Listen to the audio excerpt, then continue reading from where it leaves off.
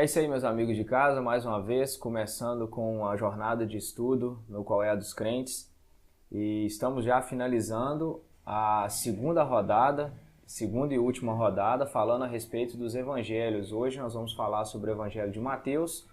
O pastor Soliel, que estava responsável pelo evangelho de Mateus, está viajando, então não pôde gravar com a gente, veio substituir prontamente aqui o pastor Reginaldo Jacob, para poder nos auxiliar. Ele estava responsável pelo Evangelho de Lucas, como já fez 2 vezes, e agora vai fazer com a gente aqui o Evangelho de Mateus, que ele também conhece bem, e vamos falar a respeito daquilo que a gente já vinha falando antes, a visão que o evangelista teve sobre aquele fato. Então, assim como falamos de Lucas, de Marcos, hoje vamos falar a respeito da visão que Mateus teve do Evangelho, desde o nascimento de Jesus, a crucificação, o Sermão do Monte, tem umas curiosidades, vamos observar essas coisas aí, fica ligado que é bem interessante. Se por acaso você ainda não é inscrito no canal, por favor, se inscreva, aciona aí as notificações, não deixa de dar o like, isso é muito importante para o canal, e de compartilhar com seus amigos, divulgar aí nas suas redes sociais, para que as pessoas conheçam o canal e procure estudar um pouco mais a Bíblia, entender um pouco mais os fundamentos cristãos, para a família, para tudo que norteia o que é bom, que o nosso país está precisando, Bom, pastor Reginaldo Jacob, muito obrigado mais uma vez e por ter aceitado esse desafio em cima da hora, que o pastor viajou, o pastor Soliel viajou, se eu pegar o Evangelho de Mateus aí. Obrigado, dá sua introdução aí, vamos começar. É sempre uma satisfação, Wilkers, poder falar um pouquinho a respeito da Palavra de Deus. Eu sempre falo assim que esses estudos que nós estamos fazendo, ele tem como objetivo despertar nos ouvintes, ou quando você faz na igreja, despertar também nos membros da igreja, o interesse de se aprofundar um pouco mais na Palavra de Deus. Então, o que nós vamos passar aqui hoje, como já nos estudos anteriores, é despertar nos ouvintes, nos telespectadores, o desejo de se aprofundar um pouco mais na Palavra de Deus e oferecer subsídios para isso. Sim. Então, o Evangelho de Mateus, o pastor Soliel, então, ele deu uma visão panorâmica, e aí vocês podem conferir aí nos vídeos que vão ficar, que estão no YouTube, no canal. Mas uma coisa que a gente sempre tem que lembrar quando vamos ler, principalmente os evangelhos, que faz uma diferença muito grande, é identificar para quem eles escrevem. Então sempre a gente tem que lembrar, por exemplo, Mateus, que foi dito no estudo de Mateus pelo pastor Soliel, ele foi escrito para cristãos de origem judaica. Marcos, só relembrando que já também foi dito, escreve para romanos. Lucas, ele tem o caráter universal, assim como João também. E quando a gente fala assim, olha, Mateus escreve para cristãos de origem judaica, aí quando você tem isso na mente, você vai perceber alguns detalhes que vai aparecer no texto, que vai justamente comprovar isso. Por exemplo, quando Mateus menciona costumes judaicos, como lá no capítulo 15, ele não explica. Diferente de Marcos, que escreve para romanos, se ele menciona um costume judaico, obviamente ele tem que explicar o que aquilo significa e dar detalhes. Já Mateus não, ele menciona o costume judaico e não explica. Por quê? Ele está escrevendo para judeus, então eles já entendem do que ele está falando, desse costume. Eu tinha observado que ele não explica, Ele não explica esses costumes, então ele só menciona porque o público para quem ele está escrevendo entende. Mas o Marcos, ele explica. Aí ele já explica, porque ele sabe que os romanos não conhecem os costumes. É a mesma coisa eu escrever alguma coisa para brasileiro, falando de alguma coisa aqui, e alguns costumes nossos, e eu escrever para alguém um japonês, eu vou ter que explicar, porque ele não vai entender o que eu estou falando. Alguém me perguntou, eu estava tendo uma conversa com alguma pessoa sobre isso, e alguém me perguntou sobre essas questões de para quem o livro foi, para quem a palavra foi escrita, em que tempo foi escrita, aquilo que a gente sempre fala, o contexto, quando as pessoas tentam tirar doutrinas, regras de vida sobre um texto isolado da Bíblia. E aí eu falei, uma coisa que a gente tem que analisar, para quem que o texto, a pessoa perguntou, tem que analisar essa coisa de para quem o texto foi escrito, porque às vezes não foi escrito para nós e tudo, quando que ele é escrito para nós, então a gente entrou nessas questões. Então às vezes tem um texto que foi escrito lá especificamente para o judeu, especificamente para um gentio, ou especificamente para uma pessoa, e aí a gente traz aquilo para a igreja como uma doutrina, como uma coisa que você tem que fazer, um costume da igreja. E aí essas análises assim, Mateus já... Pois é, mas aí isso não implica, Wilkerson, na aplicação para a nossa vida. É óbvio que Mateus, ele escreve inspirado por Deus, ele relata os acontecimentos da vida de Jesus, mas ele tem um público na cabeça. Ele não escreveu pensando em nós, né? Não teria nem como, né? Mas aí se aplica. Agora, alguns costumes específicos para aquela época, se você tenta aplicar para nossas vidas, fica meio fora de contexto, né? Eu já ia falar essa frase, fora de contexto. Fora de contexto, fora de contexto. Então, por exemplo, outra questão que a gente já mencionou é a genealogia. Quando nós estudamos que a genealogia de Lucas, ela vai até Adão. E a genealogia que Mateus ele coloca lá no início, ela começa com Abraão. Por quê? Para os judeus, quem era o pai da fé? Era Abraão. Então fazia sentido até Abraão. E outra questão que é muito importante, Wilkerson, que os telespectadores talvez já perceberam isso ao ler o livro de Mateus, é a grande ênfase que Mateus dá ao cumprimento das Escrituras. Essa frase assim, olha, para que se cumprisse.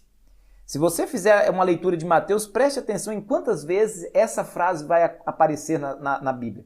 Para que se cumprisse. Por quê? A intenção de Mateus é convencer ou mostrar, era o propósito dele, mostrar que as profecias, a promessa de Deus do Antigo Testamento de enviar o Messias, ela se cumpriu com Jesus Cristo. Então, por isso que Mateus dá sempre essa ênfase. Olha, ele é o cumprimento da promessa do Antigo Testamento. Então, você vai encontrar muito essa frase em Mateus, para que se cumprisse. Porque os judeus, o Antigo Testamento era algo que fazia parte da vida deles. E Mateus, então, tenta conectar Jesus com o Antigo Testamento. Então, quando você faz uma leitura de Mateus, você vai perceber para que se cumprisse as Escrituras. Outra questão também que... Antes de você levantar a outra questão, se você não se esquece, não. Né? Não, pode perguntar. Aqui nós vamos debatendo. Essa questão de ligar o Antigo Testamento com o Novo, eu queria trazer isso justamente para Mateus, porque todo mundo tem Mateus como o primeiro livro, né? A gente já falou aqui que não foi, né? Que foi Marcos que provavelmente foi escrito primeiro e os outros ele foi como base, né? Isso. Mas o livro de Mateus, ele é o maior, talvez explica mais ali para judeus e tudo, essas coisas. Esse link do Velho com o Novo, do Evangelho, né, do Novo Testamento com o Velho Testamento, que as pessoas falam que o Velho é o espelho do Novo, o Novo é o espelho do Velho, que estava tudo projetando para Jesus desde o Velho Testamento. Como é que é esse negócio do Velho Testamento? Porque senão a gente poderia pegar o Velho Testamento e jogar fora. Sim. Né? Já uma vez que Jesus veio, o Velho Testamento não serve para nada. Como é que esse negócio do Velho Testamento serve para alguma coisa, não serve? Sim. Eu acho que essa é uma pergunta, assim, de muita gente mesmo. Sim. Eu tinha um professor, Wilkerson, que ele fazia um desenho no quadro, né? Então ele desenhava uma cruz no meio, e aí o Antigo Testamento, ele desenhava até aqui e Novo Testamento. Então, o Antigo Testamento aponta para frente, ou seja, para a cruz de Cristo. E o Novo Testamento aponta para trás e com vista lá na frente que será a volta de Cristo. Então, o Antigo Testamento, ele prepara para a vinda de Cristo. Então, tudo no Antigo Testamento aponta para Cristo. Por exemplo, até para hoje, né? A gente tem uma aplicação, a trajetória do povo no deserto. Se aplica hoje à nossa trajetória. E Cristo fez uso, não sei se é Mateus, que assim como a serpente foi levantada no deserto para curar as pessoas, né? Assim o Filho do Homem, importa que o Filho do Homem seja levantado. Então, o Antigo Testamento, a importância dele, ele aponta para o Messias, e para você perceber, então, o caráter de fidelidade de Deus, né? Ele prometeu enviar, nós cremos que a promessa do Messias, ela já acontece lá em Gênesis 15, né? Gênesis 3,15, né? Este te ferirá o calcanhar e tu lhe ferirás a cabeça, né? Ali nós já temos a promessa de que o Messias viria. Então nós podemos entender, como se fosse num resumo, claro, não tem resumo para isso, mas se tivesse um resumo, podemos entender o seguinte: é importante se entender o Velho Testamento, e se estudar o Velho Testamento tem função da história, e o contexto onde Jesus depois vai vir ser inserido e tudo, mas ele não pode ser pego como regra, como doutrina, como nada, porque tudo ali já passou? Não, ele serve como base, por exemplo. Como base ou como regra? Igual o Novo Testamento tem muita coisa que é doutrinário. Né? Sim, que Jesus veio ele serve para fundamentar doutrinas. Por exemplo, eu vou dar um exemplo aqui claro. Se Cristo tivesse aparecido, ou Wilkers, e não tivesse nada do Antigo Testamento, não faria sentido nada do que ele fez. Porque, por exemplo, de onde surgiu esse sacrifício?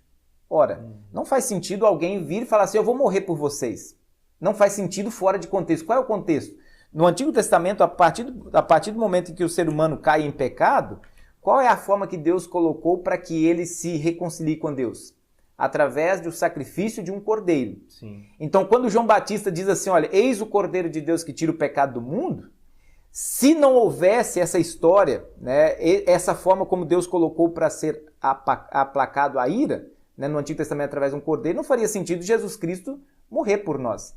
Então, se você exclui o Antigo Testamento, não faria sentido, ele iria cair de paraquedas e não iria ter o efeito que tem hoje. Mas agora, uma vez que já tem hoje, a gente poderia viver então só com o novo?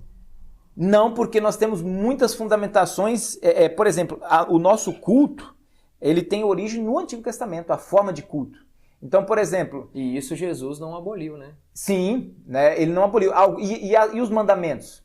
Que nós temos lá, por exemplo, os 10 mandamentos. Quando Moisés recebeu os mandamentos, ele recebeu 618 mandamentos. Mas só que nós temos os mandamentos que são universais, os 10 mandamentos, por exemplo. Então, e ele está contido em todo o Antigo Testamento. Vou fazer uma comparação aqui que está no seu contexto, mas é claro que nada a ver, mas assim, por exemplo, Lutero e Jesus, um exemplo. Há coisas que quando Lutero fez a reforma, né, aquela grande reforma protestante, ele encabeçou aquela reforma protestante, muitas coisas que existiam na Igreja Católica, ele não aboliu. E muitas das coisas que ele entendia como não estava correto, ele aboliu. Isso. Né? Então, algumas coisas não foram, como, por exemplo, o uso da batina, o batismo de criança, Isso. Algumas coisas que eram costume da Igreja Católica, ele não tirou. Eu vejo um exemplo de Jesus nesse sentido. Jesus, quando ele veio, as pessoas perguntaram a ele, essa pergunta que eu fiz aqui, que muita gente me pergunta, então o Velho Testamento não serve para nada. Eu falei, olha, eu não vim para poder acabar com o que estava escrito na lei de Moisés. Eu vim para poder ratificar e fazer o negócio ficar mais complicado ainda.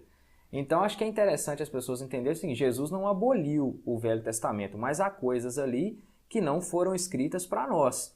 Mas tem muita coisa ali que está fundamentada e Jesus ratificou que foram escritas para nós. É mais ou menos isso? Isso. E outra, Wilkerson, o Antigo Testamento, aí nós estamos falando de contexto, né? Isso. Então, o Antigo Testamento ainda mais. Sem contexto. Ainda mais, porque o Antigo Testamento, ele é histórico. Ele tem uma história. Então, se você pega... explica melhor ainda, Isso. Né? Então, se você pega textos isolados do Antigo Testamento, você faz ele falar o que você quiser. Então, o Antigo Testamento, ele é mais complexo, porque ele é uma sequência. Então, por exemplo, recentemente nós estudamos aqui na igreja sobre o livro de Levíticos. Eu sempre tinha na cabeça assim, gente, para que o livro de Levíticos? Eu falei desse texto esses dias brincando, eu vou te contar a história então, daqui a pouco. Às vezes você... Mas por quê? Às vezes você pega e fala assim, eu vou ler o livro de Levíticos. Você vai ler o livro de Levíticos sem entrar no contexto, você não vai entender nada e rapidamente você vai desistir da leitura. Mas o livro de Levítico, ele tem uma base, um ensinamento profundo. Ou seja, o livro de Levíticos, nós estudamos recentemente, Êxodo narra o tabernáculo. Então, é quando agora Deus vai se encontrar com o povo através de um tabernáculo, através de uma tenda, que depois vai se tornar o templo. Né? Então, em Êxodo, você tem isso pronto. Levítico agora, como é que você vai adorar esse Deus? Você entendeu? Ou seja, trazendo para os nossos dias hoje, se preocupa muito em fazer templos belíssimos. Ora, ele está feito. Agora, o que vai ser feito aqui nesse templo? E Levítico vai responder isso. Agora, Levítico vai responder como adorar a esse Deus, que agora você tem um lugar, um ambiente para adorar a ele. Levítico vai responder essa pergunta. Como você agora adora esse Deus? Ele vai te dar, então, essas formas de você adorar a Deus. E aí, quando você lê nessa perspectiva... É totalmente diferente. Você tem uma visão diferente. Oh, mas não é, então... É óbvio que tem leis ali que é especificamente para aquela época, mas lembrando que o povo estava se estruturando enquanto culto a Deus. Eu lembro muito de um amigo meu, quando a gente fala livro de Levítico, ele sempre fala, o pessoal fica trazendo algumas leis, algumas coisas, ele fala, então agora nós vamos começar a queimar cabrito de novo e tal, porque no tempo da lei que era assim, e aí, para quem não sabe, o livro de Levítico trata das leis, né? Trata-se muito das leis. Ali trata muito da forma de culto, como você deve se aproximar de Deus. E essas leis. Como adorar a Deus. E tem uma parte que eu estava falando que eu ia te contar aqui, que as pessoas ficam vendo, muita gente né? Porque desde quando o nosso canal começou, quando todo mundo me conhece sem essa barba do tamanho do mundo aqui, né? Parecendo um muçulmano. Mas eu falei, tá fazendo frio. Na melhor das hipóteses, eu vou tirar essa barba só quando o frio acabar. E aí o pessoal falando negócio da barba, aí eu peguei um texto, sempre bolando uma piada, né? Aí eu falei assim, eu ouvi muita gente falando que não se pode fazer tatuagem, porque tá no livro de Levítico que não se deve marcar o corpo e tudo mais e tal. Falei, então, mas no mesmo capítulo ali, um pouco mais acima, um pouco mais abaixo, não me lembro bem, estava dizendo que não se deve aparar a ponta da barba e nem tirar a costeleta aqui, não pode cortar. Falei, então, já que eu não posso fazer tatuagem, eu não tenho tatuagem, não estou dizendo que quem tem está errado, eu não tenho tatuagem, eu falei, então, eu também não posso, já que eu vou fazer, ou eu faço tudo ou eu não faço nada. Então, agora eu não tenho tatuagem, ainda deixo e não corto a barba. Só que eu ainda parei um pedacinho, ainda tô devendo ainda. Tá. Mas, pois você não pode tomar, esses textos têm um contexto. Né? Tem um contexto. Você falar assim, eu não posso fazer isso, eu estou pecando. Né? É naquele contexto, igual tem em Levíticos, tinha o costume, por exemplo, o canto da plantação era destinado aos pobres. Então, isso, como é que era? Você tem, por exemplo, imagine um quadrado, né? Então, aquele canto, como se fosse um estádio de futebol, tem um canto, tinha uma parte que você colhia, por exemplo, milho, então você deixava aquela parte, era destinado para as pessoas que não... E pobre era aquele que não tinha nada. Sempre lembrando disso, né? No Antigo Testamento e no Novo Testamento, pobres são aqueles que não tinham o que comer. Era pobre mesmo. Era pobre mesmo. É o que nós temos hoje de mendigos. Então, era destinado. Aí você vai falar assim, então quer dizer que hoje eu tenho que fazer isso? Não. Você não tem que fazer isso, mas ali já tem uma base para você dizer assim, olha, você tem uma empresa, você tem condições de ajudar alguém. Separa alguma porção. Isso, você tem condições de ajudar alguém que necessita. Né? Então, você percebe? Você não vai falar assim, eu vou deixar uma parte da minha empresa lá destinado para os mendigos. Não. Poder dormir dentro da empresa, isso, não é isso. Não é isso. Mas ali te deu um ensinamento. Qual é o ensinamento? Eu que recebi tanto, eu posso ajudar, eu posso compartilhar. A pessoa precisa querer aprender também, né? Sim. Porque ali ficou claro isso, né? Sim. Puxa vida, tem um ensinamento ali. Não, ali tá falando negócio de horta, negócio de plantação. Pois é. Aí você fala, não, mas eu tenho empresa, não tenho plantação. Ora, então, aí bom senso... Há que se querer aprender, né? Há que se querer. Mas vamos lá, livro de Mateus... você tem uma observação? Não, outra questão que identifica, que Mateus escreve para judeus... então já entramos de Mateus, vamos lá. Mateus. É a referência que ele fala, ele usa muito reino dos céus, reino de Deus. Eu trouxe aqui algumas informações, por exemplo, a expressão reino dos céus ocorre 32 vezes em Mateus. E se o leitor que faz isso não tem isso em mente, isso passa despercebido. 5 vezes reino, 5 vezes reino, e reino de Deus 5 vezes e 18 vezes reino. E aí você pergunta assim, mas por quê? Porque os judeus, eles tinham uma relutância em pronunciar o nome de Deus, que era sagrado. Então aí nós voltamos ao Antigo Testamento. Quando você abre a sua Bíblia no Antigo Testamento, você vai encontrar, quando aparece a palavra Deus, geralmente aparece a palavra Senhor em caixa alta na nossa Bíblia. Então, os judeus, eles pronunciavam o nome de Deus uma única vez por ano, né, na festa dos tabernáculos, quando o sumo sacerdote entrava no Santo dos Santos. Era pronunciado o nome de Deus. Então, quando se referia a Deus, se usava a expressão Senhor, né, Adonai. E Mateus, então, sabendo que os judeus ele tinha relutância em pronunciar o nome de Deus porque era tão sagrado, ele então usava sempre essa expressão reino de Deus ou é reino dos céus, se referindo então a Deus. Isso traz outro ensinamento para nós, ô Wilkerson. Qual é o ensinamento que a gente traz? É óbvio que hoje você não vai falar, eu não vou pronunciar o nome de Deus porque os judeus não pronunciavam. Mas que ensinamento que isso me traz? O respeito, a reverência com o nome de Deus. Sim. Então você percebe, o segundo mandamento diz, não tomarás em vão o nome do Senhor teu Deus. Hoje eu sempre digo assim, há pessoas que por qualquer coisa dizem assim, Deus me livre, crê em Deus Pai, já emenda, né? O mineiro fala, crê em Deus Pai, né? É uma palavra só. Uma palavra, crê em Deus Pai. Crê em Deus Pai. Há outras formas de você usar, isso são interjeições, né? Que você pode usar, não quer dizer que está errado, né? Você falar Deus me livre, mas quando você diz Deus me livre, está pensando em Deus te livrar, também está correto. Então isso são coisas que identificam Mateus. E aí eu separei, Wilkerson e telespectadores, alguns destaques do livro de Mateus, seguindo aquela questão que nós colocamos já no livro de Lucas, né? Mateus faz parte dos evangelhos sinóticos, então tem coisas que ele vai relatar e tem coisas que ele não vai relatar. Então, aquele detalhezinho que nós lembramos, né? Debaixo do título de cada texto, identifica se o outro evangelista relatou. Nas nossas Bíblias, a Bíblia Almeida, Revista e Atualizada, ou a Corrigida também tem essa sequência. Então, se você for abrir no capítulo 2, Mateus ele traz muitos detalhes do nascimento de Jesus que outros evangelistas não trazem. Como, por exemplo, essa parte do capítulo 2, a visita dos magos. A primeira já, a visita dos magos. Isso. Eu trago um destaque no versículo 10. É óbvio que não tem nada de errado, mas quando você vê uma encenação de Natal, geralmente os magos vão até a manjedoura, né? Uhum. Porque tenta-se... vão os pastores, vão os magos, né? Só que os magos, conforme o versículo 10, olha, versículo 11. E entrando na casa, viram o menino com Maria, sua mãe. Ou seja, os magos não foram na manjedoura, eles foram na casa de Maria visitar Jesus. Mas na encenação é colocado que eles vão lá na manjedoura. Não tem nada de errado, mas é só um detalhe. Outra questão que nos chama a atenção aqui é o versículo 16 em diante, que só Mateus relata a matança dos inocentes. Herodes, então, ele... Naquela fuga para o Egito. Isso, né? Ele tentando, então... Ele ficou sabendo que os magos anunciaram que havia nascido o rei dos judeus. A intenção dele, então, era destruir aqueles que tentavam chegar ao trono.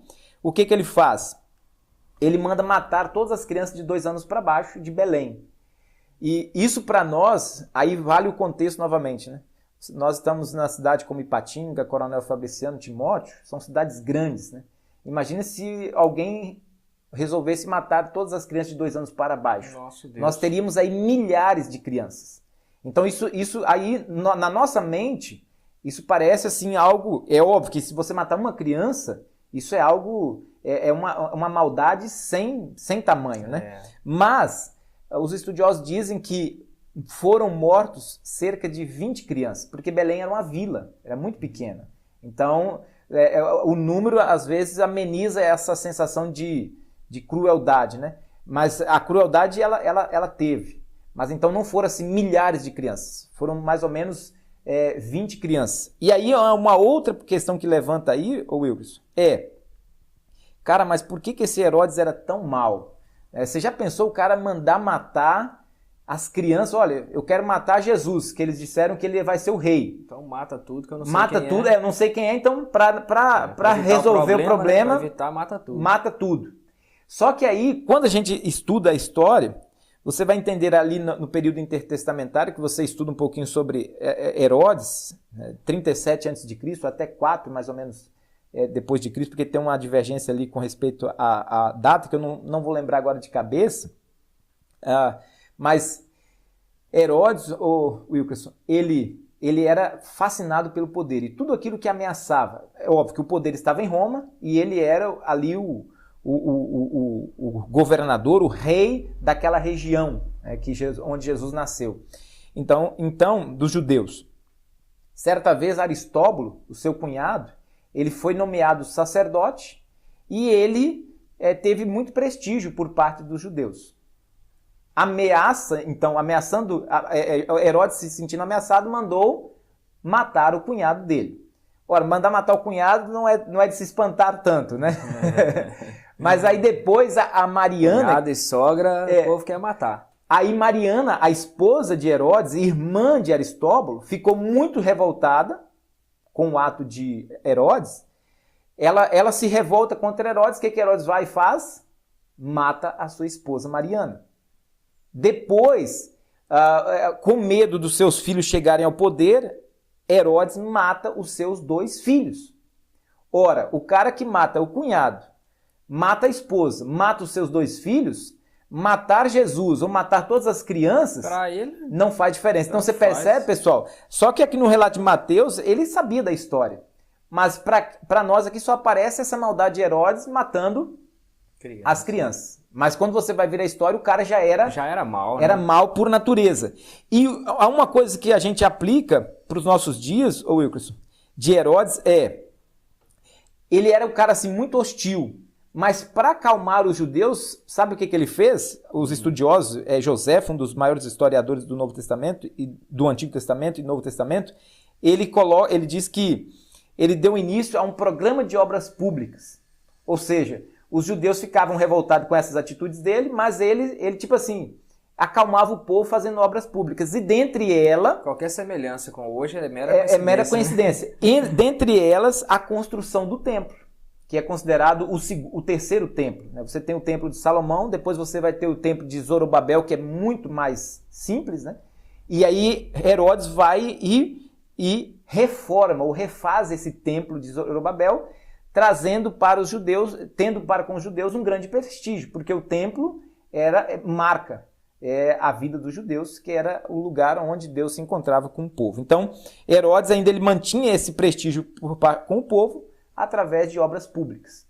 Como você disse, qualquer semelhança é uma mera coincidência. É assim que fazem, né? Até hoje. Daí vai falar que o Velho Testamento não serve. Não serve, né? Até hoje está usando ele. Pulamos então para um dos pontos, um dos textos mais interessantes de Mateus é o Sermão da Montanha, que esse é famosíssimo, né? Marcos, se você for folhear, Lucas traz algumas partes desse Sermão da Montanha. Mas Mateus ele traz ele de forma completa. Então, se você em casa quer acompanhar e olhar na sua Bíblia, o Sermão da Montanha começa com as bem-aventuranças, Mateus 5, vai até Mateus capítulo 7. Então, é todo o capítulo 5, todo o capítulo 6, todo o capítulo 7. Tá? 7, 29. Só Mateus, ele traz... Aí eu vou dando alguns destaques aqui que eu anotei. Só Mateus menciona aquele texto famosíssimo, vós sois a luz do mundo. Se eu não me engano, Lucas fala, ou Marcos relata, deixa eu conferir aqui. Enquanto você confere aqui, olha, mas enquanto isso também, como ele vai do 5 até o 7, só ele falando, só ele relatou, né? Só o Mateus relata esse pedaço. E são vários títulos aqui que vocês devem conhecer bem, olha só. O sal da terra é a luz do mundo, Jesus cumpre a lei, o homicídio, o adultério, o divórcio, os juramentos, a vingança, Lucas fala. Mas e o amor aos inimigos também, Lucas também fala. Mas esse monte de coisa que eu falei aí, adultério, divórcio, juramentos, homicídio, é só Mateus que fala, vale a pena dar uma conferida. Dá uma conferida. Aí. E esse sal da terra, Marcos e Lucas mencionam. Vós sois o sal da terra. E somente Mateus fala, vós sois a luz do mundo. É o título completo aqui. Eu só abro um parêntese, Wilkerson, sobre a luz do mundo. Depois te vem sobre o jejum também, os tesouros ele vai no falando céu. Isso. Só Mateus que só fala. Mateus. Esse luz do mundo, hoje nós ouvimos muito essa frase, você tem que ser luz do mundo. Ali, se você for olhar Jesus, ele não fala no subjuntivo, dizendo, sejam luz do mundo. Ele fala ali no modo indicativo, né? Vós sois luz do mundo. Então, hoje o cristão, às vezes a gente fala assim, você tem que ser luz do mundo. Não, você tem que ser cristão. Uma vez que você é cristão, você já é luz do mundo, você é sal da terra. Então, não é um imperativo. Né? Não é para que seja, você já caso seja um cristão. Se você é cristão, você é sal da terra, você é luz do mundo. E ali tem um outro texto que você quase não vai ouvir falar sobre ele. Mateus 5, 17... Porque você ouve Jesus lá, uma profecia messiânica, né? De Isaías. O seu nome será chamado Maravilhoso Conselheiro, Deus Forte, Pai da Eternidade, príncipe da paz. Aí o texto, Jesus vem dizendo assim, olha, 5,17. Não penseis que vim revogar a lei ou os profetas. Vim para cumprir. Não, eu pulei aqui. Não, o que eu quero falar está mais adiante. Vamos lá. Esse ponto, que ele vai estar no capítulo 10. Eu antecipei, eu vou lá na frente, depois eu volto. Eu falei sobre Jesus, o príncipe da paz. Então eu falei o versículo errado. É capítulo 10, versículo 34, que você quase não vai ouvir falar sobre esse texto. Nesse texto, Jesus diz assim, olha, não penseis que vim trazer paz à terra. Não vim trazer paz, mas espada. Pois vim causar divisão entre o homem e o seu pai, entre a filha e a sua mãe, entre a nora e a sua sogra. Então, esse texto, se você não compreender ele... E esse entre a nora e a sogra aí faz sentido. Pois é, a divisão, esse já é natural, né? É natural isso aqui. Mas aí, você ouve a vida toda falando que Jesus é príncipe da paz, que ele, deixo-vos a paz, a minha paz vos dou, e de repente ele diz, eu não vim trazer paz, eu vim trazer espada, ou seja, eu vim trazer guerra, divisão. Mesmo. Na verdade, há uma grande diferença, Wilkerson, entre promover e causar. Por exemplo, aqui aí o versículo seguinte diz, pois vim causar divisão. A presença de Jesus, ela causa divisão. Ele não é promotor de divisões. Promotor de divisões é o cara que chega e começa a arrumar intriga, começa a arrumar brigas. Esse é o cara que promove guerras, né? Ele promove guerra. Agora, Jesus não promove, ele causa. Então, por exemplo, hoje, quando você chega em um ambiente assim, onde está todo mundo ali ridicularizando e você começa a falar de Jesus, você vai ter uma divisão rapidamente ali. Porque a presença dele causa. Você não vai chegar lá e falar, xingar. Vocês estão falando mal de Jesus. Não. A presença dele causa divisões. Você não arruma confusão. Só o fato de você estar ali, as pessoas já isso causa. Então a presença dele. Então esse texto tem que ser bem entendido. Ele não traz guerra, ele não promove, mas a presença dele causa. Tá? Voltando para Mateus, o Sermão da Montanha, você vai ter ali. Ele fala do homicídio. Isso. E uma questão que tem gente que fala, Wilkes, voltando a essa questão que você colocou do Antigo Testamento, parece que Jesus ali, ele põe em xeque o Antigo Testamento. Mas olha só, todos esses textos ali, ele começa com um verbo, ouvistes, tá vendo? Versículo 21, versículo 27, versículo 38. Na minha versão até fala, vocês ouviram. Isso. Né? Ouviste o que foi dito aos antigos, não matarás. Eu, porém, vos digo, quem matar está sujeito, eu, porém, vos digo, todo aquele que sem ira se irar contra o seu irmão estará sujeito a julgamento. Depois, ouviste, versículo 27, o que foi dito, não adulterarás. Eu, porém, vos digo, qualquer que olhar para uma mulher com intenção impura no coração já adulterou com ela. Jesus não está indo contra o Antigo Testamento. Eu estou falando, ele tá fazendo ficar mais difícil ainda. Não, na verdade, Wilkerson, porque só de olhar, mas o verbo identifica o que ele quer dizer. Essa prática fazia parte do costume oral. Não, sim, mas eu estou dizendo assim, que com ele a coisa ainda ficou mais apertada, né? Isso, isso. Para quem quer se salvar por conta própria, apertou ainda mais. Mas quando ele diz assim, ouviste o que foi dito, ele estava se referindo a uma tradição oral que os fariseus criaram, ou que os judeus criaram por conta própria. Então essa tradição oral, por isso que ele vai dizendo, ouviste o que foi dito. E aí ele diz assim, eu porém vos digo. Ou seja, ele não cancela, ele não desmerece o Antigo Testamento, mas sim a tradição oral, que era tida como lei. E o que ele coloca? Ele sempre acrescenta, ele diz assim, olha, os fariseus, eles tinham na cabeça assim, olha, se eu não mato ninguém, eu estou cumprindo esse mandamento de não matarás. Mas Jesus, então, ele vai além. Né? Ele diz assim, qualquer que chamar alguém de tolo. E essa palavra, eu sempre, quando era criança, eu ficava, gente, o que diz lá? Olha, aquele que chamar o seu irmão de tolo estará sujeito ao inferno de fogo. Né? E eu pensava, gente, não posso chamar ninguém de tolo, que senão... É bobo, tolo. Só que a palavra tolo, ou Wilkerson, significa imprestável, sem esperança, sem jeito, irremediável.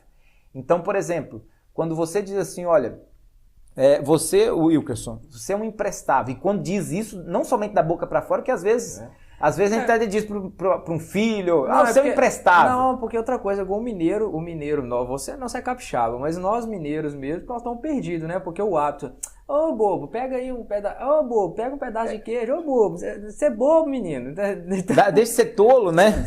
Nós estamos... Mas aí, na verdade, é aquele que considera a pessoa, olha, eu conheço pessoas que dizem isso aí do coração, né? Aquele fulano ali não serve para nada, não vale nada. E aí você pensa assim, aí Jesus coloca, aí você acha que você está cumprindo, não matarás, mas você diz, aquela pessoa não presta para nada. Né? E aí, isso aí para eles não era pecado, né? Não tinha nada de errado.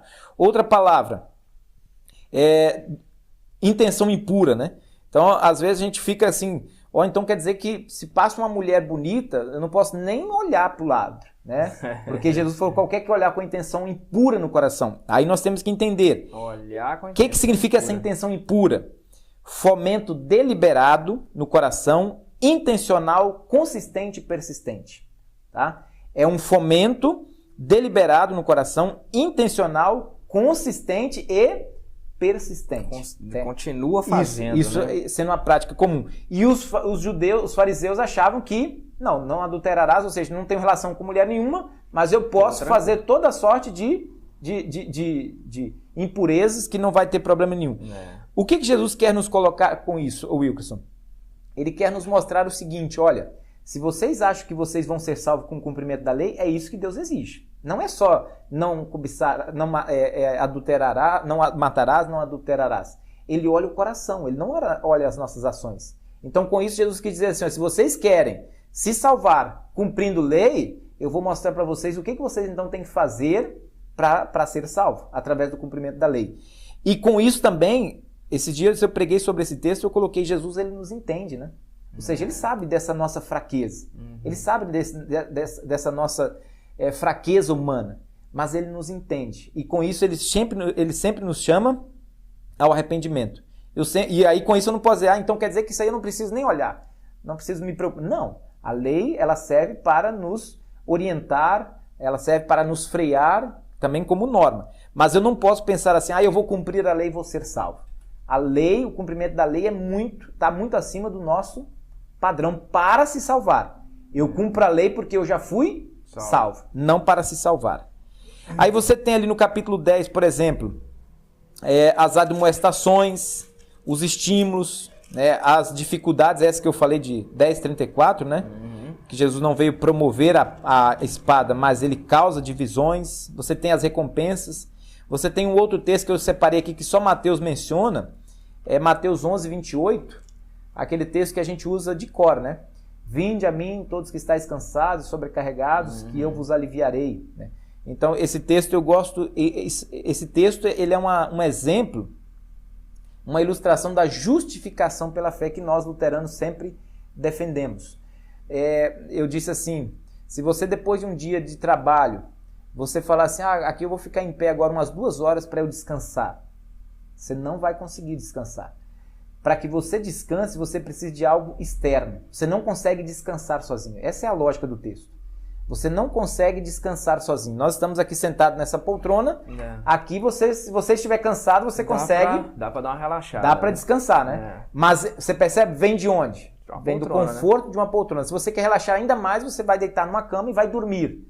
Assim também, quando Jesus diz assim, vinde a mim vocês que estão cansados e sobrecarregados, vinde a mim vocês que estão cansados. Por que ele diz esse texto? E logo depois ele menciona sobre a questão do sábado e outras leis. Vocês que estão cansados de tentar se salvar por conta própria, cumprindo leis. Tá? Ele diz, não é cansado aqui de cansaço físico. Cansaço físico se resolve com descanso. Ele está falando do cansaço da nossa alma, do nosso coração. E ele deixa bem claro no versículo 29. E achareis descanso para a vossa alma. Não é para o corpo. E aonde nós encontramos descanso para a nossa alma? Somente em Jesus. Ou seja, você diz assim, Senhor, olha, eu não consigo me salvar sozinho. E aí você tem um exemplo, por exemplo, que nós estudamos em Lucas, ou Wilson, aquele jovem rico, né?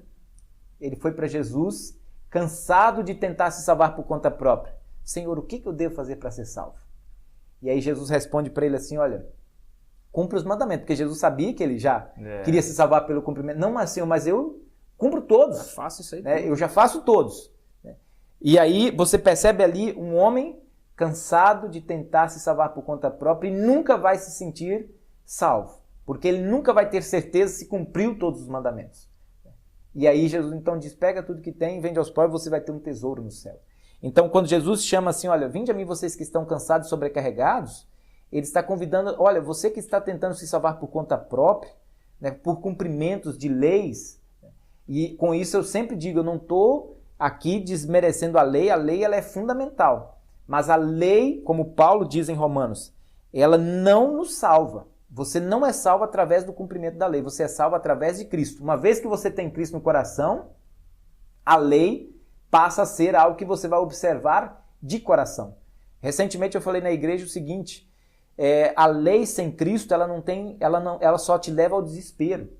Eu falei assim, se você não se conscientizar de que o cinto de segurança é para a sua segurança, não é para cumprir uma lei que o Estado determina, vai ser sempre um peso, um fardo usar o cinto de segurança. Assim também, se você não se conscientizar que a lei, ela só tem sentido porque você ama Cristo e porque você é amado por Cristo. Então a lei com Cristo, ela serve de norma, ela serve de base para nós seguirmos a Cristo, mas não como fundamento para a nossa salvação. Então esse texto, hoje nós temos ainda, Wilkerson, no nosso contexto, aí botando um pouquinho de pimenta, né? Mas eu já ouvi colegas dizendo assim, o pastor lá, ele diz assim, olha, essa semana você não vai tomar Coca-Cola, essa semana você não vai poder fazer isso. Você percebe essa necessidade de fazer alguma coisa para alcançar alguma coisa, ou seja, a salvação. E isso cansa, tá? Isso cansa. Quando você diz, você tem que fazer isso, isso, isso. Eu sempre digo assim, olha, tem pessoas que falam assim, não, eu vou na igreja todo dia. Eu digo assim, olha, se isso não for pesar para você, vai até toda hora na igreja. Mas se você faz por peso, não, eu tenho que ir, senão eu não vou ser salvo, eu falo, não vai. Né? Não vai porque as coisas que eu faço para Deus sempre é de coração. Não é para conseguir alguma coisa. É porque eu já consegui. Ou seja, eu já recebi, que é a salvação. Aí nós temos o capítulo 13, só dando prosseguimento, né? Ali tem várias parábolas que só Mateus, ele menciona. Dentre elas, você tem a parábola do joio, que é só Mateus que menciona. Bem conhecida, né? Aí você tem um outro texto que aí, além de ser conhecido, Wilkerson, é 13. Capítulo 16. 13 a 19, ele, além de ser conhecido, ele é muito polêmico. Por quê? Ali é aquele texto em que Jesus pergunta, olha, quem o povo diz que eu sou? E aí Pedro vai dizer, tu és o Cristo, o Filho do Deus vivo.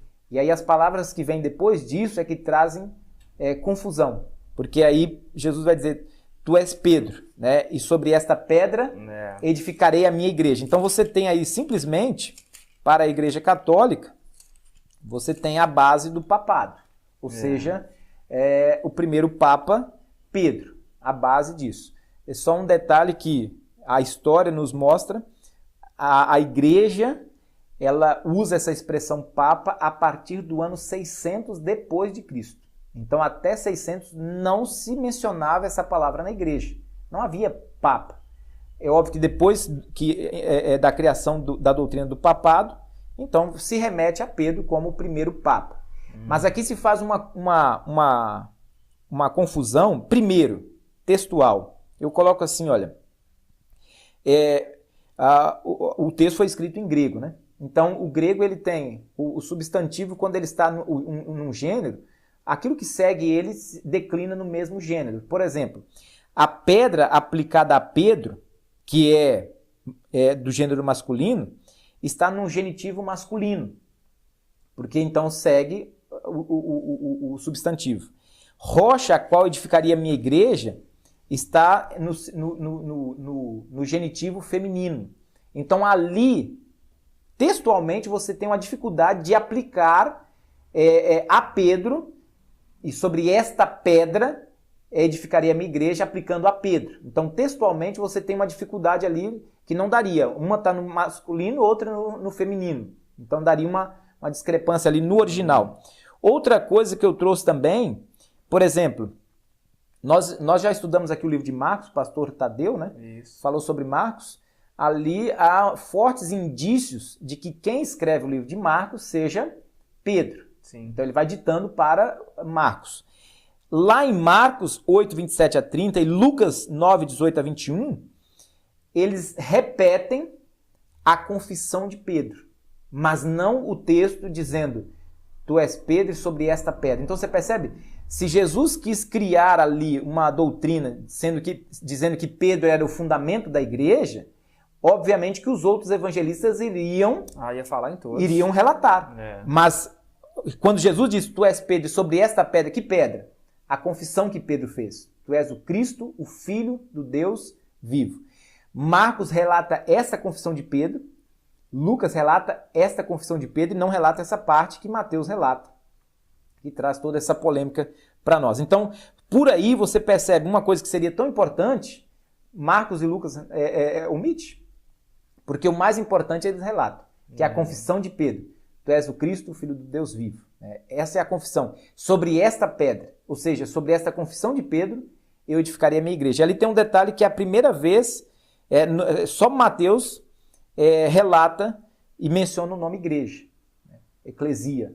Só ele, os outros evangelistas não mencionam. É a primeira vez que aparece no Novo Testamento a palavra igreja, lá em Mateus 16. Então você percebe, Wilkerson, se faz muita confusão. Óbvio que hoje não é tão simples assim. Você fala, então não porque hoje a doutrina do papado está enraizada e fundamentada, né? Mas base, e aí você vai ter depois Paulo. Quem é Paulo? O cara que deu prosseguimento ao cristianismo. Ele não faz referência nenhuma a Pedro como sendo o pai da igreja, né? E pelo contrário, ele chama a atenção de Pedro, em certa ocasião, que Pedro estava com um grupo lá e eu acho que ele não comia, se não me engano. E Paulo chega para ele e chama a atenção, fala assim, não, que você tem que ser na frente, você tem que ser em qualquer lugar, você não pode ficar na frente de um você faz uma coisa, na frente dos outros você faz outra coisa, né? Nós estamos chegando também mais para o final, também aqui no livro a gente está chegando também para o final. Eu destaquei também o Mateus 18, quando Jesus fala como você deve tratar alguém que te ofende, né? Esse Mateus 18... O clássico. Às vezes a gente fala assim, quando tem alguém rebelde, né, que se desviou, aí a gente fala assim, vai lá e aplica Mateus 18. Eu já ouvi muito essa expressão. E o que é aplicar Mateus 18? Mateus 18 diz assim, olha, se o teu irmão pecar, vai arguí-lo entre ti e ele só. Se ele te ouvir, ganhaste o teu irmão. Se porém não te ouvir, toma ainda consigo uma ou duas pessoas, para que pelo depoimento de 2 ou 3 testemunhas, toda a situação se estabeleça. Se ele não te atender, dize-o à igreja. E se ele recusar ouvir também a igreja, considera-o como gentil e publicano. Na verdade, Wilkerson, hoje quando você ouve essa expressão, aplica Mateus 18, na verdade o cara já não tem mais a intenção de levar o cara ao arrependimento, ele já tem a intenção de julgar ele, passar por aquelas fases que tem que ser passado para dizer... Para condenar. Né? E o Mateus 18 é justamente o contrário. A intenção de Jesus ali é o arrependimento por parte daquela pessoa. Então eu destaquei assim algumas coisas, por exemplo, uma diferenciação entre repreensão pública e particular, Wilkerson. Se você chega para alguém e vai fazer uma repreensão particular, os ensinamentos do Novo Testamento, lá em Lucas e também aqui em Mateus, nós temos que ter uma coisa em mente. A repreensão particular, a ênfase não é o que a pessoa fez, mas o que a pessoa causou. Então, se eu chego para você me ofendeu. Se eu chego para você e digo assim, você falou mal de mim. Então eu chego para você e digo assim, Wilker, eu fiquei sabendo que você falou mal de mim, você é um fofoqueiro, você fala mal dos outros por trás e tudo mais. Você percebe? Se eu falo com você dessa forma, provavelmente a sua reação será de me atacar, ou contra-atacar, que eu te ataquei. Agora, se eu digo para você, falo assim, olha, a ênfase é não no que você fez, mas no que você me causou. Então, se eu chego e digo assim para você, Wilkerson, eu fiquei muito, muito triste por você ter falado mal de mim, a gente tem um relacionamento tão bom e eu fiquei sabendo que você falou mal de mim com aquela pessoa. Você percebe? Eu falei do que o que você fez me causou. Numa situação dessa, qual a sua reação a não ser dizer, fulano, me perdoa. Então você percebe, meus irmãos, dentro de casa, quando você vai repreender alguém, não enfatiza o que a pessoa fez. Porque geralmente ela vai te contra-atacar. Enfatiza o que a pessoa te causou. Né? Chega para sua esposa ou para o seu esposo e diz assim, olha fulano, o que você fez me magoou, me entristeceu muito. E aí a pessoa, ela não tem outra opção que não seja pedir perdão. Agora, quando você chega e sempre, você é uma fofoqueira, você faz isso, você... Aí, meu filho, você não vai ter outra reação que não o contra-ataque. Né? Então, isso você aprende com Jesus. Interessante né? isso. Isso você aprende com Jesus. Agora, quando a repreensão é pública, aí você enfatiza o que a pessoa fez. Por exemplo, na igreja nós temos um momento de confissão, então eu digo assim, olha, você que falou mal do seu próximo, você que desejou mal para o seu próximo, você que cobiçou, você que fez isso. Então você percebe, eu vou citando o que as pessoas talvez possivelmente fez.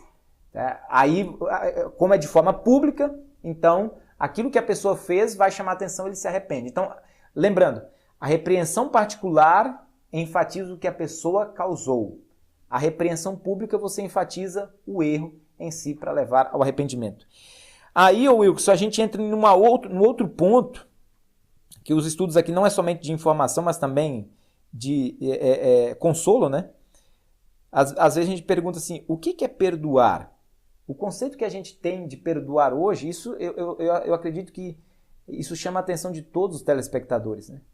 O conceito que nós temos hoje de perdoar é aquele texto eu até anotei aqui, Isaías 43, 25. Eu mesmo sou o que apago as tuas transgressões por amor de mim, e dos teus pecados não me lembro. Então, a concepção que nós temos hoje está enraizada na nossa cabeça perdoar é esquecer. Mas a Bíblia diz que perdoar é esquecer. Ora, isso aqui é o perdoar de Deus. Quem somos nós? Seres humanos. Não somos Deus. E aí vocês falam assim, mas Deus fala que nós temos que esquecer, então aí a pessoa fica quieta. Mas lá no fundo, há algo que vai futucando ele, porque ele sabe que ele não esquece daquilo. E aí ele vem na mente, então eu não perdoei o meu irmão. Fica sempre aquilo na cabeça. Então, eu pergunto assim, o que é o perdoar? O nosso perdoar, ele é diferente. Eu trouxe até aqui para dizer para vocês, perdoar, pessoal, significa, humanamente falando, nosso perdão, e biblicamente falando, não guardar mágoa, não guardar mágoa, ódio, não desejar o mal. Perdoar é não guardar mágoa, ódio, não desejar mal. De forma mais simples, perdoar é não levar em conta o erro. Perdoar é não levar em conta o erro. Aí por que eu digo em encontros de casais, por que no início do relacionamento é tão fácil perdoar? Porque você não tem nada a que levar em conta. Você começou a namorar ontem, né? Hoje a sua namorada te ofende, e ela te pede perdão, você tem uma facilidade enorme de perdoar. Por quê? Você não tem as coisas que ela te fez anteontem, mês passado, ano passado, para falar assim, não, mas na cara, né? Naquele dia você fez a mesma coisa. Então você percebe o que é perdoar? Perdoar é não levar em conta. Então, por exemplo, se você, estou usando o seu exemplo, Wilson, você falou mal de mim, e aí eu disse, Wilson, você me magoou profundamente com o que você fez. Aí você diz, pastor, me desculpa. Me perdoe. É a primeira reação, né? Aí eu te perdoo. Aí depois você me convida de novo para fazer uma outra entrevista. Aí eu falo assim, não, mas o Wilkerson falou mal de mim aquele dia. Não, eu não vou não. Eu vou protelar isso. Você percebe? Ali é o indício de que eu não te perdoei. Porque eu levei em consideração um erro que você já pediu perdão. Isso. Agora, quando eu lembro assim, poxa vida, aquele dia o Wilkerson falou mal de mim. Mas ele me pediu perdão. Não, eu não vou levar em consideração isso. Não, já passou. Já passou. Né? Então você percebe o que é perdoar? Perdoar é não levar em conta o erro cometido. E no relacionamento marido e mulher isso acontece demais, né? Uma palavra ou algo que eu fiz ou minha esposa fez hoje, houve, e aí falta também, Wilson, o pedido de desculpa. O nosso processo hoje de perdão você magoou, se arrepende, pede perdão, e recebe o perdão, né? o certo seria assim, aí o comum é, houve uma ofensa entre marido e mulher, daí a pouco há um reconhecimento ali, ou nem há um reconhecimento, mas volta a falar. Deixa a coisa aí levando, isso. Né? Deixa aí levando. Então você percebe? Não resolveu. E eu estou falando isso de mim também, tá? O certo seria, olha fulano, houve isso, eu fiz isso, eu peço desculpa, me perdoe e ouça da outra pessoa, eu te perdoo por isso, porque senão lá na frente você leva em consideração. Então hoje o processo é arrependimento, volta a falar. Né? E o certo é arrependimento, pedido de perdão e ouvir o perdão da pessoa. Olha, fulano, me desculpa, me perdoe. E depois ouvir, não, tá perdoado. E depois não levar mais em consideração. E aí, eu te falo para você, isso no relacionamento, se a gente não aprender isso, e com Cristo, tá? Porque se Cristo levasse em consideração aquilo que nós fizemos de errado, quantas coisas você fez de errado na sua vida, e você chega diante de Deus e diz, Senhor, me perdoe pelos pecados. Já pensou se Cristo falar assim, Wilson, mas semana passada você pisou na bola do mesmo jeito, né? A mesma coisa, já vem você de novo eu não vou te perdoar, não. Então você percebe que Deus não leva em conta. Isso nós temos que aprender dele. Por conta própria, nós vamos sempre agir dessa forma. Aí nós finalizamos a parábola dos trabalhadores na vinha, só Mateus relata, capítulo 20. As 10 virgens no 25. Isso. As advertências que Jesus fala lá no capítulo 23. No capítulo 25 tem parábolas que só Mateus relata. A dos talentos também, bem conhecida. Né? Isso. Só Mateus cita o arrependimento de Judas. A nossa Bíblia não traz a palavra arrependimento. A minha versão traz Mateus 27, 3 a 10. Usa a expressão tocado de remorso. Mas ali a palavra é metanoia. No original, que é a tradução é arrependimento. Mateus 27, 3 a 10. Aí você vai falar assim, pastor, mas quer dizer então que Judas se arrependeu? Sim. Podemos dizer claramente que Judas se arrependeu. A minha fala foi tomado de remorso, né? Isso, a minha também. Tocado de remorso. Que no original é a mesma palavra para arrependimento. Mas aqui, como Almeida, a minha fala foi tomado, né? Tocado, tomado de remorso. Tomado de remorso. Pois é, mas se o Almeida coloca ali traduzindo como Judas se arrependeu, iria causar uma divergência entre os cristãos, porque nós temos na cabeça o seguinte, que o cara que se arrepende, ele está salvo. Alcançou a misericórdia, né? Só que esse é um dos processos. Qual é o processo hoje de quando alguém ofende para Deus, Wilkes? Remorso, arrependimento, ou seja, o que é remorso? Arrependimento. É tristeza por ter feito aquilo. Qual é o segundo passo? Pedido de perdão e receber o perdão. Esses são os 3 passos que acontecem diariamente na nossa vida. Quando você desobedece a Deus, você é tocado por um remorso. E arrependimento é isso, é uma dor, é uma tristeza por ter feito aquilo com alguém que não merecia, no caso Jesus. Segundo, esse remorso vai te levar ao pedido de perdão. E terceiro, você vai aceitar, receber esse perdão. Aqui, com isso, não quer dizer que Judas... Judas então se arrependeu, então não podemos dizer, nem podemos dizer que Judas foi condenado. A tradição que diz, Judas foi para o inferno porque ele cometeu suicídio, né? Mas ali o texto, quando Mateus menciona que Judas se arrependeu, ele se arrependeu do que ele fez, que foi trair a Deus. Qual que era o passo que ele deveria seguir agora? Voltar para Jesus, pedir perdão, que ele seria perdoado. Pedro fez a mesma coisa, Pedro negou a Jesus, né? Mas o que Pedro fez? Ele se volta para Jesus, né? E ele recebe o perdão de Jesus Cristo, né? Então, Judas tentou resolver por um outro caminho, né? O caminho do suicídio, né? Só Mateus menciona os guardas, os judeus subornam os guardas, né? Eles pagam os guardas para dizer que o corpo de Jesus, se eu não me engano, foi roubado, né? Para não sustentar a ideia de que Jesus tivesse ressuscitado. Somente Mateus relata isso. Sim. E finaliza com essa, né? Isso. E finalizamos então o que Mateus também, os outros evangelistas finalizam, a grande comissão, né? Mateus, ide por todo mundo e fazei discípulos de todas as nações, batizando em nome do Pai, do Filho e do Espírito Santo. Ali uma outra tradução que a gente defende, que é muito diferente, assim, que dá um sentido diferente, né? Também não no original não está no imperativo, Ide.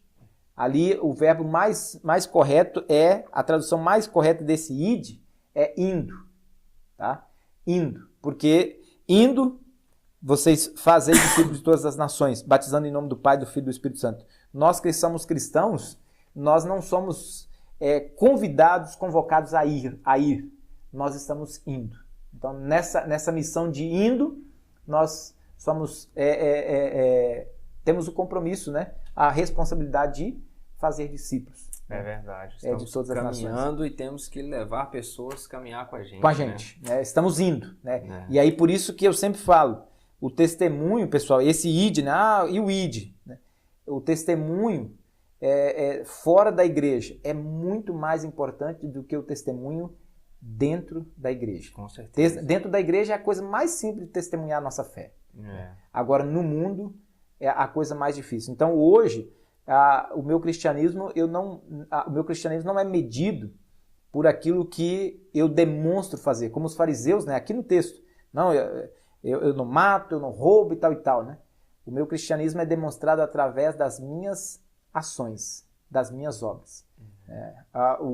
Quando você tem Deus no coração, os frutos dessa fé em Deus vai se manifestar no amor ao próximo, no cuidado com o próximo.